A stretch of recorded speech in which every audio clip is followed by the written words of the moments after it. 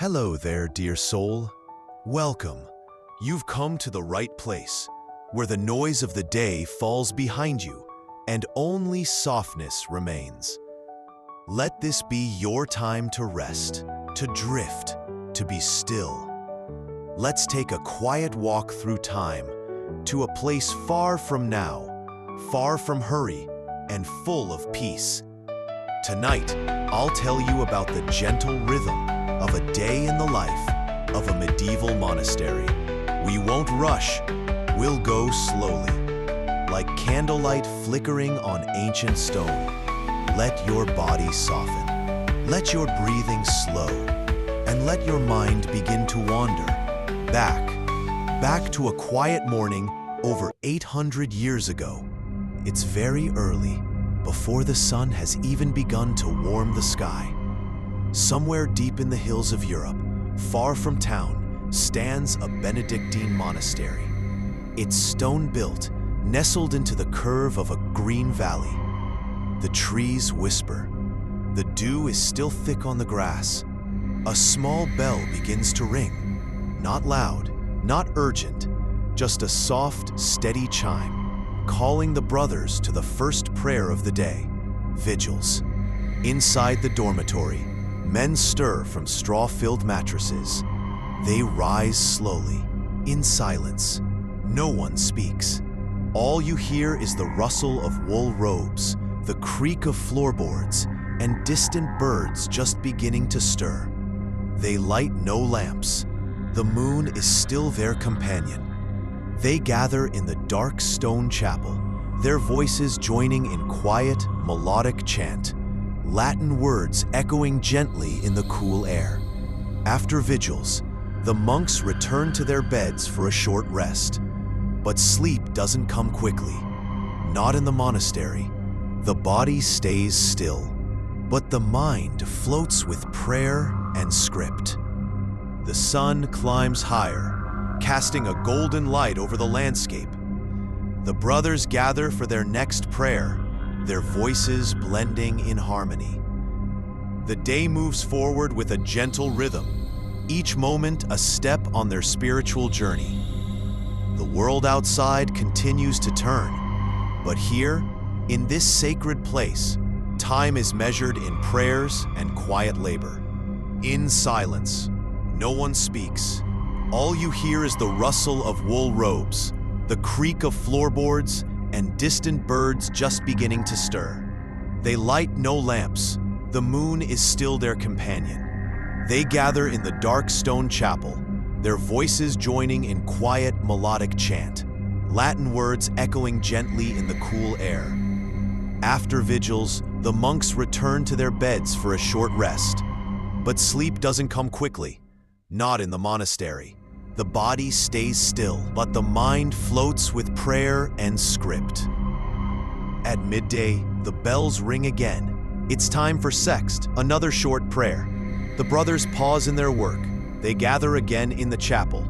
Their chants are soothing, a kind of sacred lullaby to the world. After prayer, they share the main meal of the day. It is humble: root vegetables, beans, some bread and cheese. If it's a feast day, maybe fish or fruit. They eat quietly as scripture is read once again. Meals are not just nourishment for the body. They're part of the soul's journey. Simple, grateful, reflective. After eating, there is a short rest, known as the meridian. Some brothers nap. Others walk slowly in the cloisters, praying silently. You can almost hear their thoughts, drifting in the breeze. This is the quietest part of the day. Even the birds seem to sing more softly. When rest ends, the monks return to their afternoon labors. It's a peaceful rhythm. Some go to the mill house, turning grain into flour. The soft grinding of the stone is almost hypnotic. Others may work on repairs, mending cloaks, sharpening tools, cleaning lanterns. In the apothecary, glass bottles line wooden shelves, full of dried flowers and roots. One monk carefully grinds herbs with a mortar and pestle, preparing balms and tinctures. A rosemary and lavender scent fills the room. In the scriptorium, another monk paints a letter A with gold leaf, decorating a Bible page with delicate vines and tiny bluebirds. Time moves like a stream, gently, always full. As the sun begins to set, the light turns golden and soft.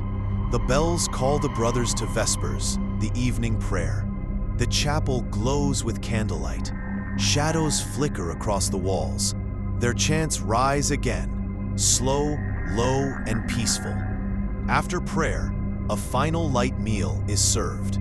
Maybe soup, maybe bread soaked in warm milk. A single apple shared between two. Then, the monks gather once more in the cloister, walking in silence, watching the stars blink into the sky.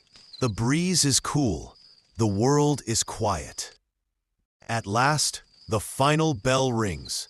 It's time for Compline, the night prayer. The chapel is dark now, lit only by a few candles. The monks' voices are barely more than a whisper, like wind through tall grass. They sing ancient hymns about sleep, about rest, about trusting in the night. Then, without speaking, they return to their dormitory. Some kneel for a last prayer. Others simply lie down, folding woolen blankets, breathing slowly. The night watch begins. One monk walks the halls with a lantern, keeping vigil, praying silently for the world. The monastery falls into stillness. The stone walls breathe with memory. Outside, owls glide beneath the moonlight. Inside, the monks sleep, peaceful, still, held by the rhythm of the day, held by silence, held by time.